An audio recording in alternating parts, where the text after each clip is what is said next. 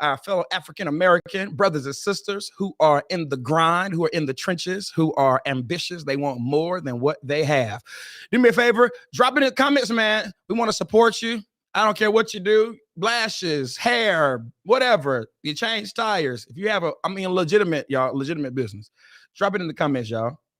Drop it in the comments. What's going on in current events? Y'all, Elon Musk buys Twitter.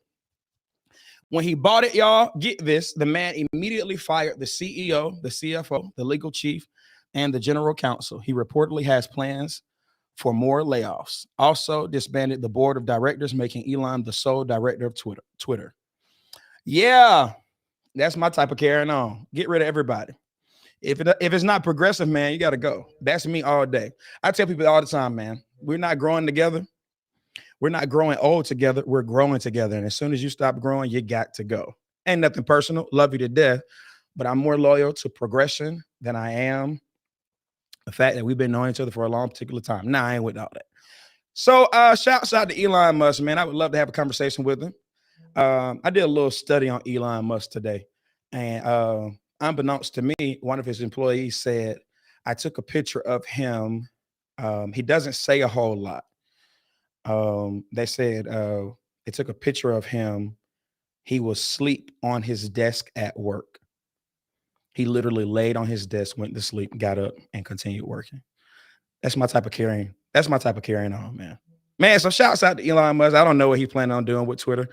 But yo, congratulations, man. Do you. Early voting ends on Friday. Election day is Tuesday, November 8th. Did y'all hear what I said? Election day is Tuesday, November 8th. Election day is Tuesday, November 8th. Do me a favor, if you have not already early voted, I want you to put in the comments, I am voting. Do that. Put in the comments, I am voting. All right.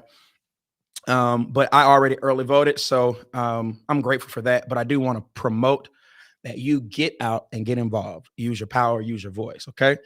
Yeah, man. What else is going on? Yeah. So tonight, y'all, I want to have a conversation. And then I'll let you go. Tonight, I want to have a conversation about some of the things we need to talk about before we start dating seriously. Now, I think that's very, very important, ladies and gentlemen, because one of our biggest mistakes that couples make is not talking about their differences before they get married. I'll have you know that my primary job is a pastor. Shouts out to everybody that's posting in the comments, I'm voting. My primary job is a pastor. And I'm a human being. Okay. And one of the things that we discover is that a lot of our problems in relationships, they do come because we don't communicate. Oh, we conjure up things in our minds. We assume, we think we're right. We think we know people. We think that what we think is right. Matter of fact, we are so inundated with what we believe that when people tell us the truth, we don't believe it because we believe that what we thought was right. Communication is paramount if you want to have a successful relationship. Now, here's what I'm discovering. I'm discovering that we talk about meaningless things as we approach serious relationships. Y'all, I'm grown. We grown out here now. I was talking to my sister and I'm just blown away that I remember when I was 25 years old and now I'm literally preparing for 40. Now that's not old. It's not old. I'm not old, still very young. However, I'm grown. And one of the things that I've discovered as I am approaching that age is we don't do relationships. We do relationships out of the context of our exposure. That many of us, we do relationships two ways. Our definition and our approach and our methodology, our philosophies and our value systems that we build our relationships on come from two places: our upbringing and entertainment. The average person doesn't read, so we could not be defining relationships or building relationships off of the information that we have studied. That's not it. We're the sum total of the people we've met, places we've gone, and the experiences that we have had. And so we build our relationships and we enter relationships out of the context of what we've seen on movies. Get this, y'all. You'll be surprised how many of us approach relationships from the lyrics of songs. The lyrics of songs are teaching us how to approach relationships. What we saw our parents do, that's how we approach relationships. And then the exposure that we've had, friends, aunties, uncles, grandparents, associates. And so we put all of that stuff together and make a gumbo stew and say, here, this is how we approach relationships. Now, all of us are human beings, and I think that's a part of it. I think that's a part of it, but that's not the totality. And what if, hear me, what if the lyrics that we're listening to, yeah, they are a person's reality, but they may not be healthy to use in a relationship. And who's to say that what we were raised in, what our mothers taught us, what our fathers taught us, what they showed. I have people that they've said, I have a lot of people that say, hey, I don't like to argue. I don't like to argue. And so, well, why don't you like to argue? Because I didn't see arguments growing up. And then you have another person that says, I don't like to argue because I saw a lot of arguments growing up. And all of these philosophies we use in our relationships, and we think that it's healthy. So we don't approach relationships in the most beneficial or healthiest way. And we find this out when we bring our exposure, our knowledge base, our values, and our philosophies to a relationship, and that relationship doesn't receive it. That person doesn't agree. There's friction. And I'm finding out that the friction, I think it's okay to come from, of course, it's okay to come from different walks of life. That's what makes us unique. That's the value, and that's the beauty of relationships, that we're different. However, the problem lies in this one factor. We do not communicate and put everything on the table so that we give our partners a fair opportunity to assess our expectations and to adjust to our expectations. We automatically assume that the other person should know or will figure it out. Do you like me? Do you love me? What's your favorite color? What's your favorite food? Do you want to hang out tonight? Is typically the extent of our relationships or our relationship conversation.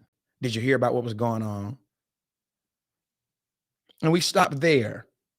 We talk about everything other than, hear me, we talk about everything other than what really matters in a relationship. Tonight, y'all, I want to give you about 11 questions.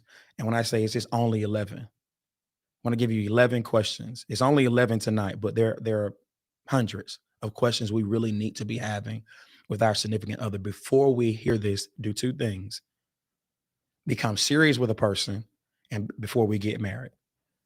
I just have 11. Number one, you need to ask your significant other what their life goals are. Now, get this, y'all. Get this. That's very, very important. What are your life goals? Now, people were like, "Oh yeah, that's That's the obvious. It's not really the obvious, you all, because some people are content with where they are. Some people are okay with just sitting at home and having an average life. Now, when I say average to an ambitious person, something just, you just felt something go up your spine, because average is almost like a curse word to someone who's ambitious. But average is not bad. I just need to know that's what you want to be. Average. Average is okay. There's peace in average. But for some of us, hear me, some people are ambitious. So I need to know, what type of life goals do you have? Here's why.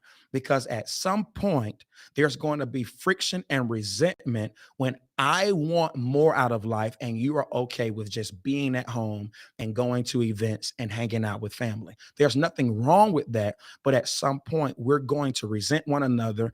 And depending upon who the strong, hear me, here's one of the things that I've found.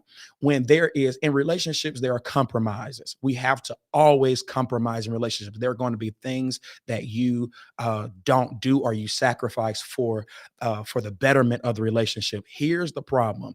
If I don't know before we get into a serious relationship that you're content with just being average, having living in an apartment or having a basic level house, and not necessarily climbing corporate ladder, and not making six figures, all of that stuff is fine. You're just okay with mom and dad coming over, siblings coming over, or you going to mom and dad's house. We travel and we hang out with family. Hear me.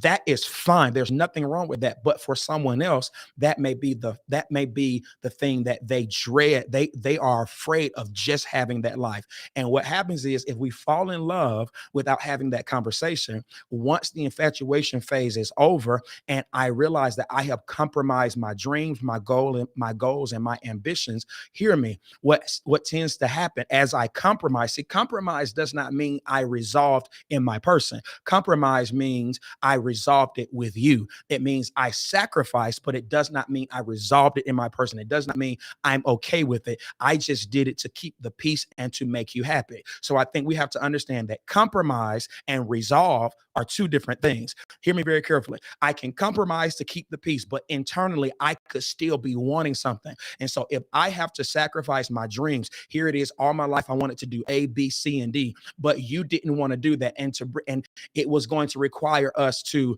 move, relocate. It was going to require us to think at another level. It was going to require us to sacrifice other things. We may not be able to be with family all the time. And because your family is always complaining that we never come around because because we're in pursuit of something else, I compromised it. But here's the problem. I made you happy, but because I did not resolve it in my person, I became more and more and more resentful. And all of a sudden, one day, 2 years later, 5 years later, 10 years later, or even 20 years later, I look at you and I absolutely resent the fact that I married you. And you're like, where did all of this come from? And we say things like this: because of you,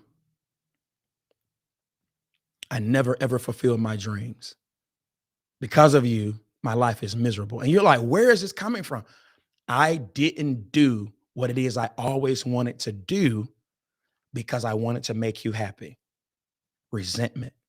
So why is it important on the onset to have that conversation before we get seriously attached to each other or involved, or before we walk down the aisle? I need to be able to know what your life goals are, so I can decide whether or not we are compatible in that area. Because I don't want to, I'm okay with loving, but I may not be okay with making life goal sacrifices, or I may not be okay with compromising what I've dreamt of my entire life. And it's really preserving relationship, because I don't want to wake up one day and resent the relationship, all because I never pursued the things that I really wanted to pursue. And so here it is. This is important because the person that's asking you to compromise, they may be happy for the next 10 or 15 years, but the ceiling may the bottom of the relationship may fall to the ground, all because I forced someone to compromise, and now they absolutely do not want to be in this relationship with me anymore. So it's important. It's preserving my future. Do you know, out of the 8 billion people in the world, there is someone that is compatible with, hear me, their life goals are compatible with yours. They are there. They may not be as ambitious, but they are okay with saying, whatever we have to do to push your goals, we can do it. And then there's someone out there that, hey, they're okay with an average quiet life, and you're okay with an average quiet life, and you all will do well together. So it's important to have the conversation. Hey, what are your life goals? Number two, we need to be asking questions about marriage. Do you want to get married? You'll be surprised how many people, especially in this culture, they're not in a rush to get married. Don't miss what I'm about to tell you, that it is okay to have the conversation. Hey, do you want to get married? Yes. Now, watch this, y'all. Do you want to get married? Do you want to have children? And when do you want to get married? When? So yeah, I want to get married, but we can't stop at do we want to get married? What's the timeline? Listen, y'all, church girls listen, church girls now, they want to get married. They meet you today. They want to be married next month. Listen, the clock is ticking. And if they want to be married, I'm talking about, and if you don't want to be married within 30 days, they are done. Hear me. It is important that we ask the questions. Yes, do we want to get married? But what's the timeline? You may be with the person that says, hey, I have heard people say this.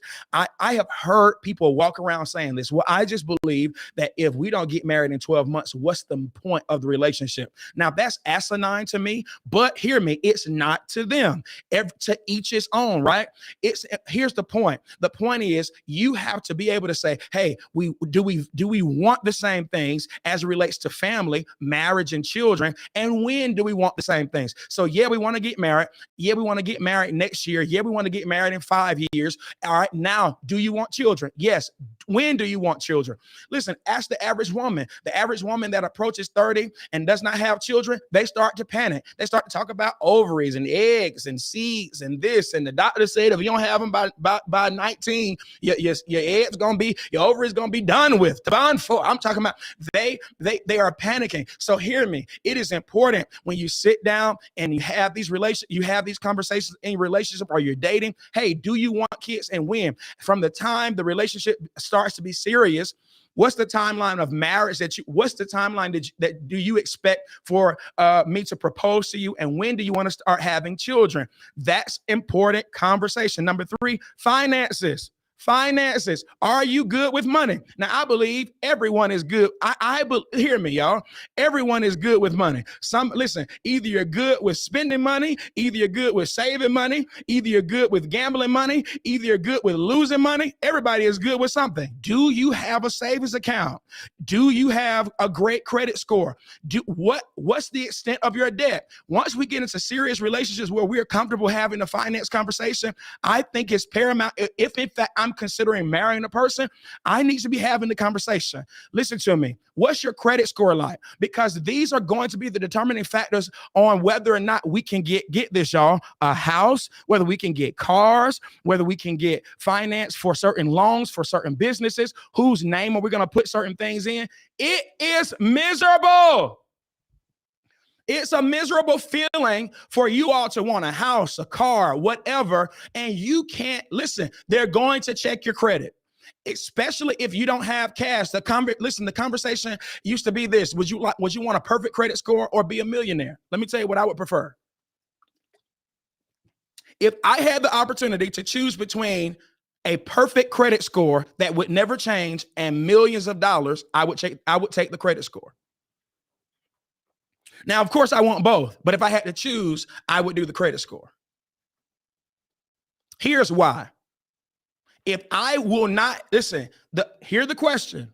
Would you prefer a perfect credit score that will not change, or millions of dollars, or $1 million? Let's say $1 million. I would say, oh, absolutely, perfect credit score. Because as soon as you give me $1 million and I go and buy a stick of gum, I'm no longer a millionaire. But if I can have a perfect credit score that will not change, I can get anything, anywhere, anytime with a low interest rate or no interest rate at all. There's nothing that I can't get approved for. Credit card.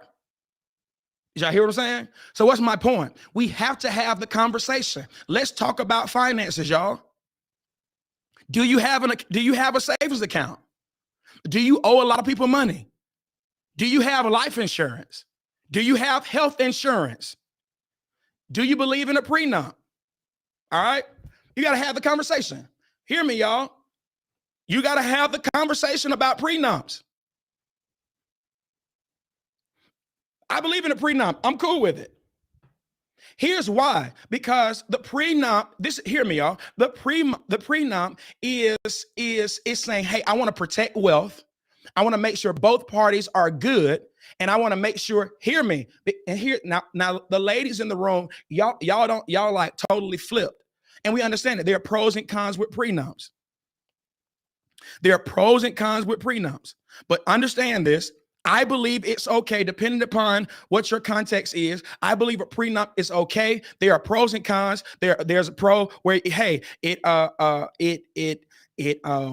preserves your wealth in the future. Number one. Number two, it takes care of both parties. It makes sure that both parties are taken care of beyond the marriage. It also says this. A lot of people don't think this. A lot of people don't believe that, hey, your marriage could end. Well, I think we know by now your marriage could end. 20 years, 10 years, 5 years, your marriage can end. And typically when you do the study, the person, watch this, y'all, the reason that men are okay with prenups and women typically are not, when you do the study, in a divorce, get this, in a divorce, the studies show both parties suffer emotionally, but men suffer the most.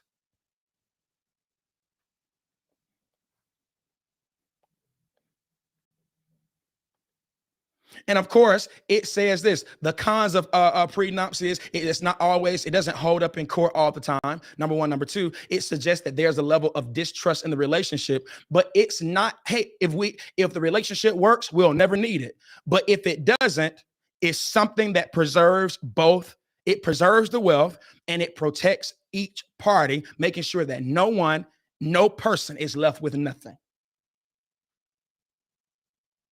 Understand this, y'all. Money can make or break a relationship. The inability to pay off debt. If you're not good with money, if you are in hundreds of thousands of dollars worth of debt, it is worth talking to your partner about. Hear this, y'all. Are you a gambler? Do you owe other people? Do you owe family members? Because get this, y'all, because as soon as you get married, your debt becomes my debt becomes your debt. Finances, we have to sit and talk about this. Then get this, the closer you get to one another, you need to have that conversation. How much do you have right now in your savings account?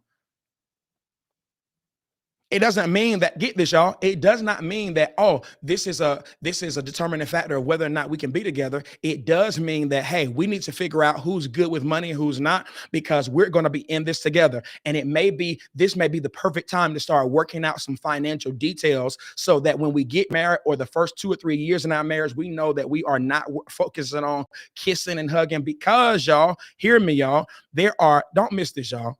Don't miss this. 5 main reasons that lead to divorce. Infidelity, of course, cheating on your spouse, all of that. Lack of intimacy. These are the top 5 reasons for divorce. Infidelity, lack of intimacy, communication, money, and addiction. So one of the things I found out is this: you cannot be feeling one another, but have some money. It makes that stage and that season of your life where you're not really feeling one another. You kind of not in the in love stage. Y'all just kind of like wake up in the morning. You know, when you first got together, you was saying good morning, kissing, didn't even brush your teeth yet. Now you don't even want to see the person like that. Morning, have a good day, bye. Not a whole lot to talk about. What makes that, and every relationship is going to go through that. What makes that stage a little easier is when you have a little bit of money. Money makes or can make or break a relationship. Hear this, y'all. Number 4 question that you need to ask: gender responsibility. What I mean by that is this: who will do what? I'm a traditional guy. What I mean by that is this: I'm a traditional guy from this text, from this sense. I said this text. I'm preaching. All right, I'm a traditional guy from this sense. I believe in the man is supposed to be the breadwinner. I'm not saying that the woman cannot work. I'm totally cool with that. I'm saying I believe that the man should at least be attempting to be the breadwinner. If she makes more money, I think that's totally dope. I think that's fine. I will not reject that. But I believe that a man should be out getting it on, making it happen. That if she asks you for something, I believe you should have the ability to be like, I got it or I'm going to get it. All right, period, from a legal standpoint. But you have people, there are different philosophies now that women are bossing up. Women are getting up in the morning earlier and leaving the house earlier than the man. You understand what I'm saying? So what's the gender responsibility? A lot of men don't want an ambitious woman that's out there killing it, they want to stay at home wife, stay at home mom type thing. Take care of the house. I'll make the money. I make enough money for the both of us. You'll be able to have the life you want. A, B, C, and D. I don't need your income. I just want you to be at home, blah, blah, blah. There are women out there. Here, bro, listen to me. You need to sit down and ask baby girl, what do you want? What's the gender role? Do you want to be a stay-at-home mom or do you want to go out there and get it? You'll be surprised that a lot of women, as much as women are out there getting it, there are a lot of women that sitting there saying, I can't wait to get married so I can stay at home because he gonna do all the work. I think that's fine. Hear me, to each his own, but don't throw that on me after we get married. I need to know. I need to know. Hear me. Do you listen? Country Wayne and his ex-girl, Jessica. Jessica, what's her name, y'all? What's Country Wayne's ex girl's name? Jessica. What's her name, y'all? Tell me.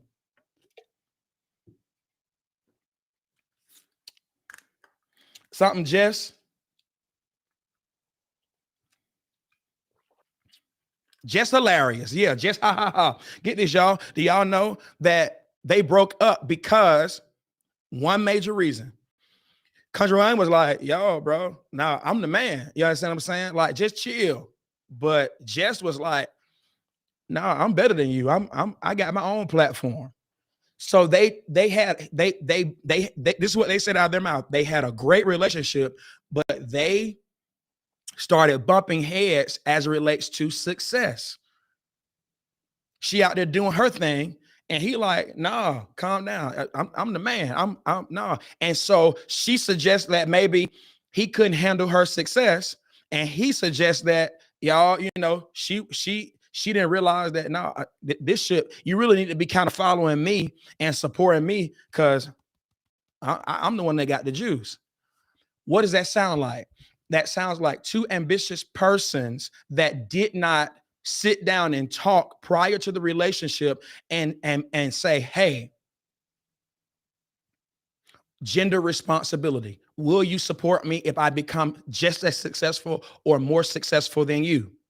And having that conversation and unpacking that and coming to a resolve based upon what they said. They could have been a successful relationship and probably a dope partnership. But at some point, maybe they skipped that part about who's going to do what.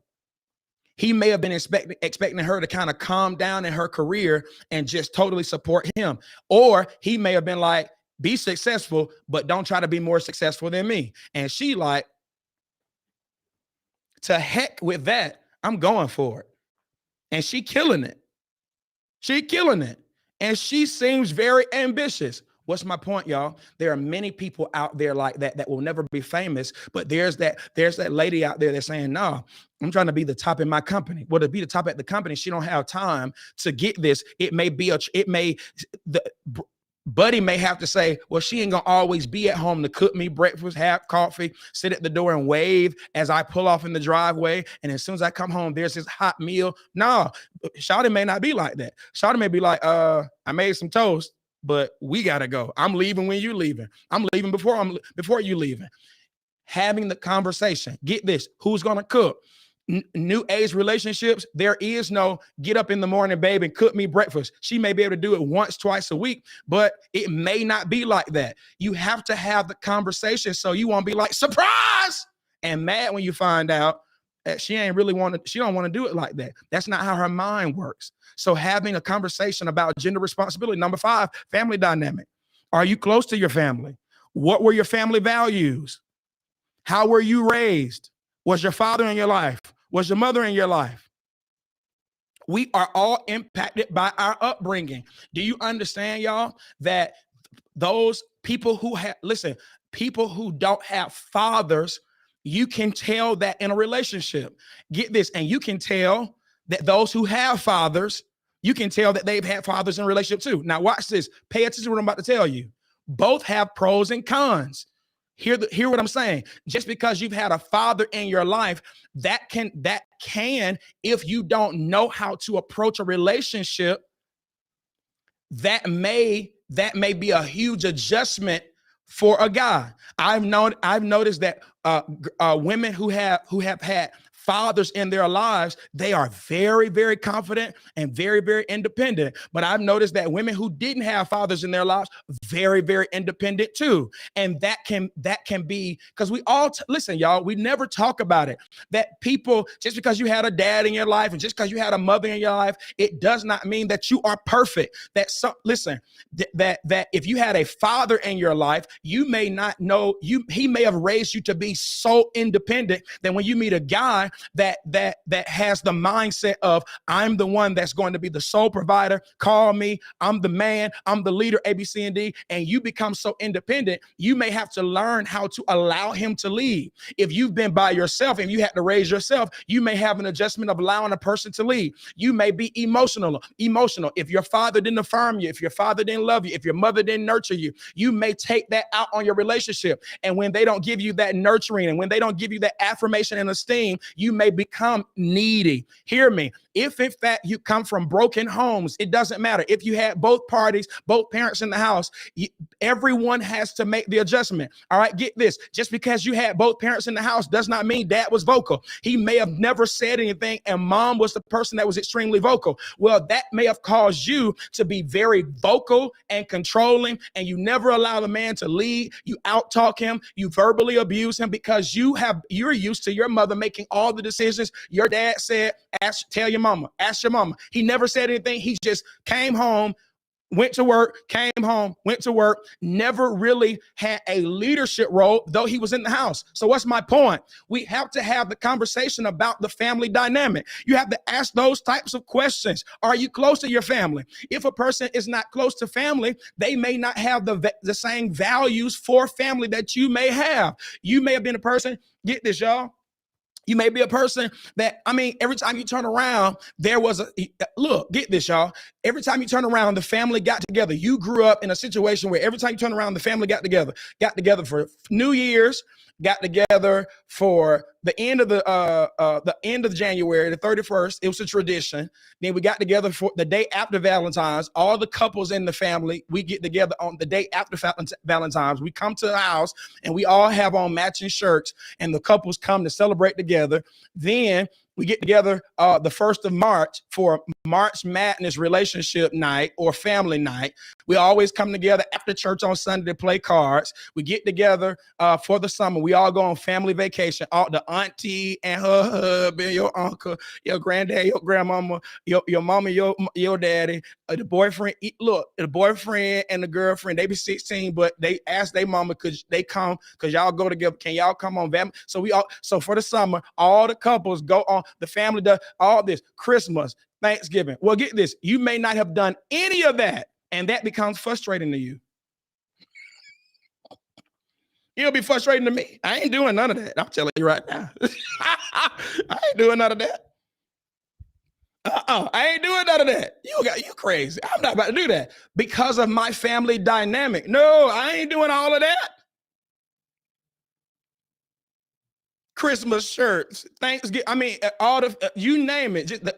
You name it. People, and that's fine. But watch this. When you come from that dynamic, you automatically just expect your significant other to just kind of join in. And your family may be like, well, don't let no man take you from your family. He may not be trying to take you from the family. That's just not the context in which he grew up. Hear me. And we cannot expect each other to say, all right, we can do some compromising, but that doesn't mean he automatically has to join in with the culture of your family. There has to be compromise. But if you're saying that I want somebody that values family, valuing family is I may value family, but not the way that you value it. And everyone has the right to find the person that values it or expresses it or celebrates it or whatever the way that you do. But you got to have the conversation on the onset so you won't be pissed off to the highest level of pissivity when you all are when you get married. I ain't coming over. I ain't doing all that. You understand what I'm saying? And you have to, so these are conversations. Get this. You got to ask this question. Is your mama crazy? Is your daddy crazy? Is there any sign or history of mental illness in your family? So we talk about family dynamics, but hey, tell me about your family. Do you know anybody in your family that was a pedophile? Do you know anybody in your family? All of that stuff matters.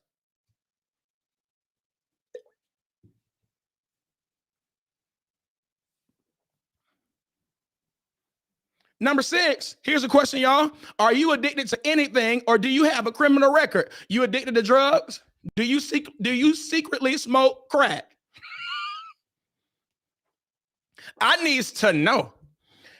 Are you a crackhead, sir, ma'am? No, I'm dead real. Hear me. Listen to me. If you got to drink alcohol to go to sleep, I need to know that.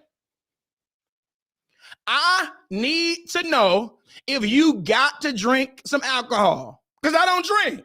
And that, listen, you can drink whatever you want to drink, but I'm talking about every person has the right to do an investigation and come to a careful conclusion about whether or not they want to move forward in this particular relationship with you. Are you a crackhead?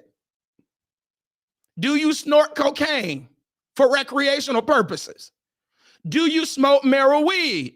When is the last time? I don't do it no more. What's no more? No more like I hadn't done it in a while, or I don't do it anymore. I did it in high school, or I've been clean a month now. I need to know. Are you addicted to porn? Hear me, y'all. That's a good question, because if a Negro or a Negrette is addicted to porn and they are currently addicted to porn, get this, and they are not in the process of therapy or some type of process to get to get free from that or to have victory in that area of their life, they're taking it. It's a guarantee. It's coming to the marriage. Watch this, and you're going to be the new porn star, and you're going to feel icky and disgusting. It's going to impact your relationship. It will suck the life out of it. It sounds cute at first, depending upon your rationale, but it begins to take a toll on a relationship. So I need to know, hey, are you addicted to anything? Are you addicted to gambling?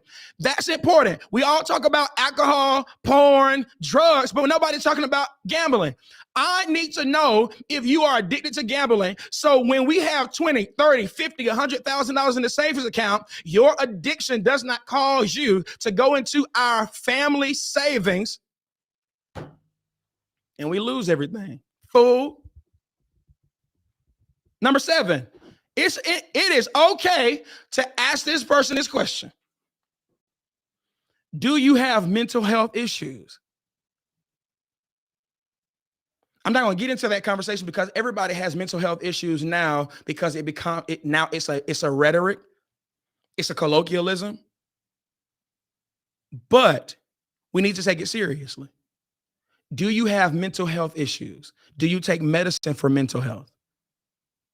Hear me, y'all. Understand this. Marriage is not social media. Marriage is not looking cute. Marriage is I become one flesh with a person. So their problems, their sicknesses, their issues, and we all have them, they become mine. So that means you become, hear this, if a person has mental health issues, you become their caregiver. And you may find out, hey, I don't know if I have the capacity to deal with a person that has a certain level of mental health issues. And that's your right. It may hurt the person, but it will help them in the future, because I don't want to get into this relationship and abandon you. So I'm going to, on the onset, say, hey, you know what? You're cool. I don't know if this is the relationship for me. But many of us don't ask these questions, and we become surprised and shocked when we get so engulfed and wrapped up in relationships, when we find out that people are human beings. Number 8. Here it is, y'all. Number 8. What is your sex history, and what are your sex expectations? We call it sex expectations. If you plan on marrying a person, you should have very extensive conversation concerning sex. For example, have you ever had a threesome? I need to know. I needs to know. Have you had a threesome before? Ladies, today it is imperative that you ask buddy, have you ever had a homosexual experience? What you mean? Have you ever kissed a man?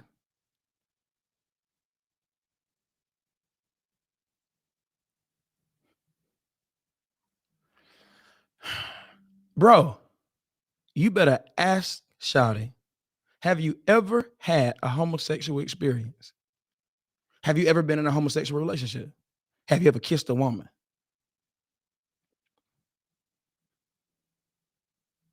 Hear me. Notice the question. Have you ever had a homosexual experience? Have you ever had been in a homosexual relationship? Have you ever had a homosexual sexual experience? You better ask some really extensive and some intrusive questions, because there are people that don't feel as if, hear me, I have heard people say this. If a man gives another man oral sex, I have heard people say that's not gay. Let me tell you something. Hey, look, this is my platform. You better get off of it, because your boy about to go in. Let me tell you something. This your boy.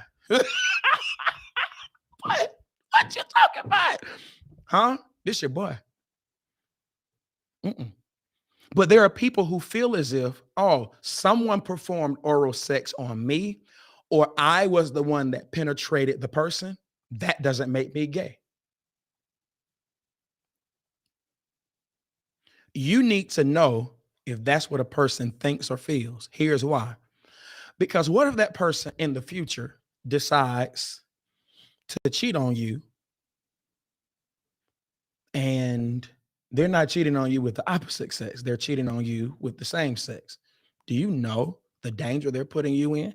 I need to know what you're going to bring. Hear me. I need to know your philosophies about sex.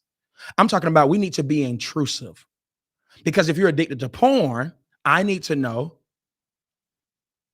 if you have an expectation that one day we're going to try certain things. Everything, hear me, ladies and gentlemen, I don't care what you heard, what your mama taught you, what you saw in the article, what anybody on another podcast says.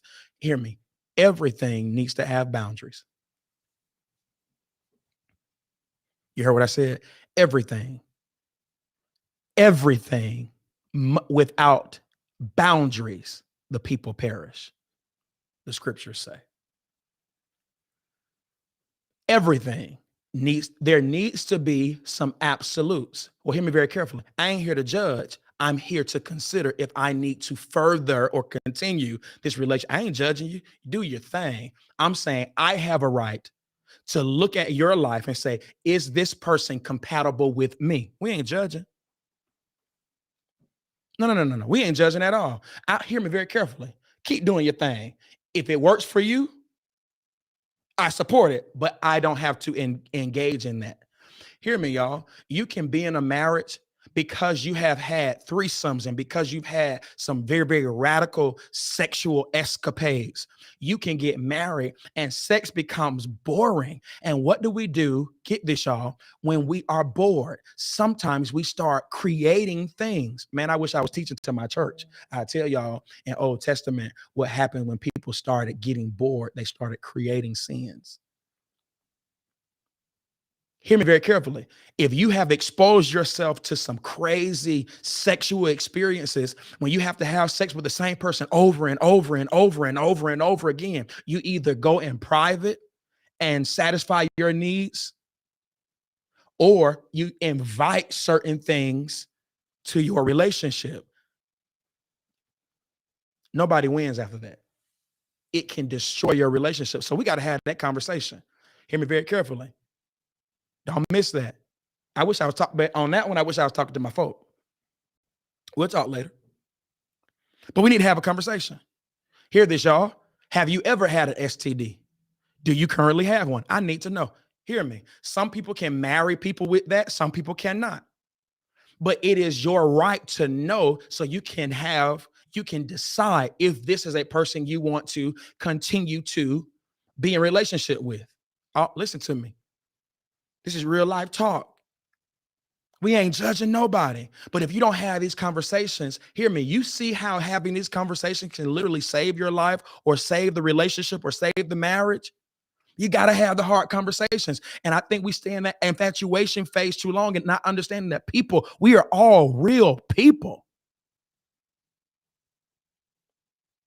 Number 9, do you have children? Not do you want children? Do you know how many people in the world, they are walking around here with secret families? I need to know, do you have children?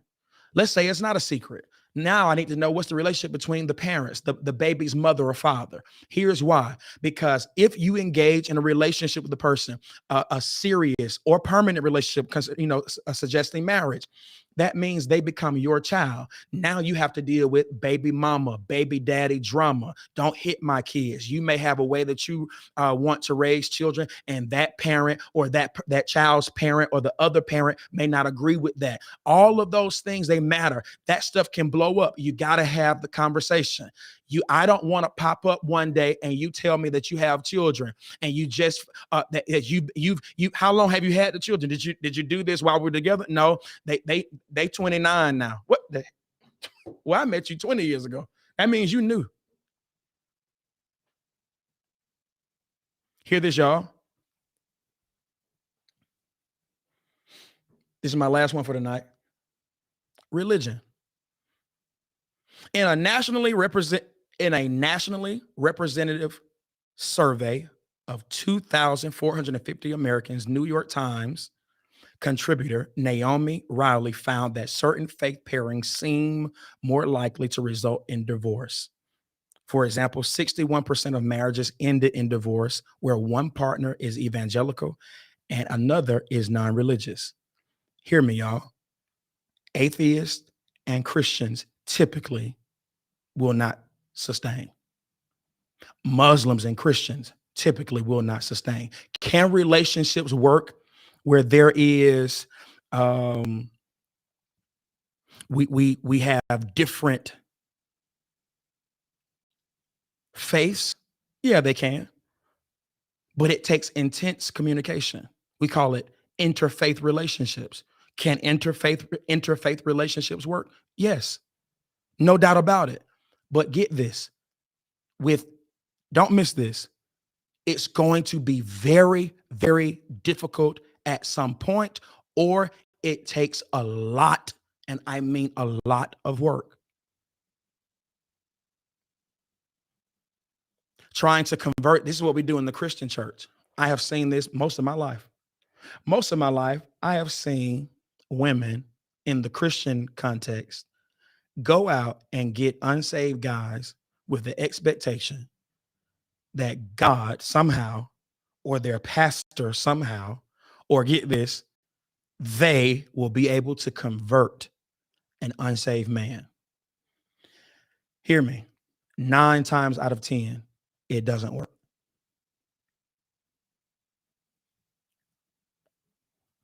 9 times out of 10, it doesn't work.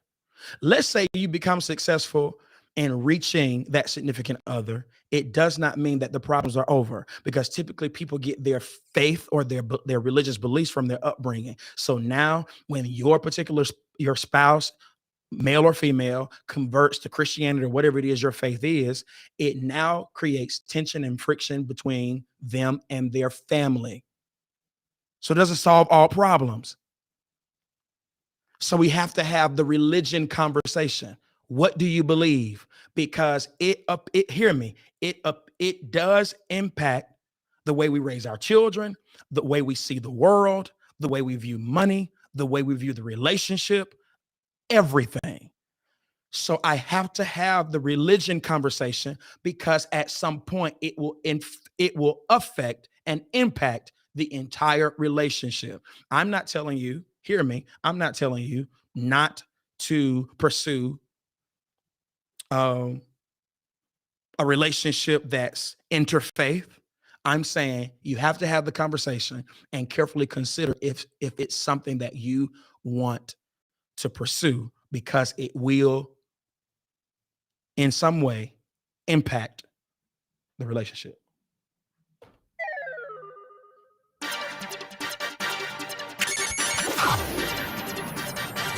Welcome to Bandwidth, yo. Go and be great. Whatever you do, don't forget to be a lion. Too easy.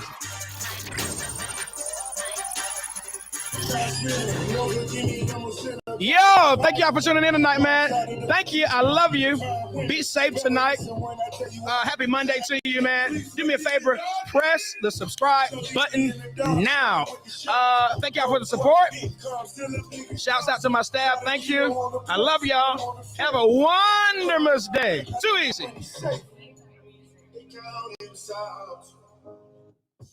Lightspeed's not for everyone. It's for small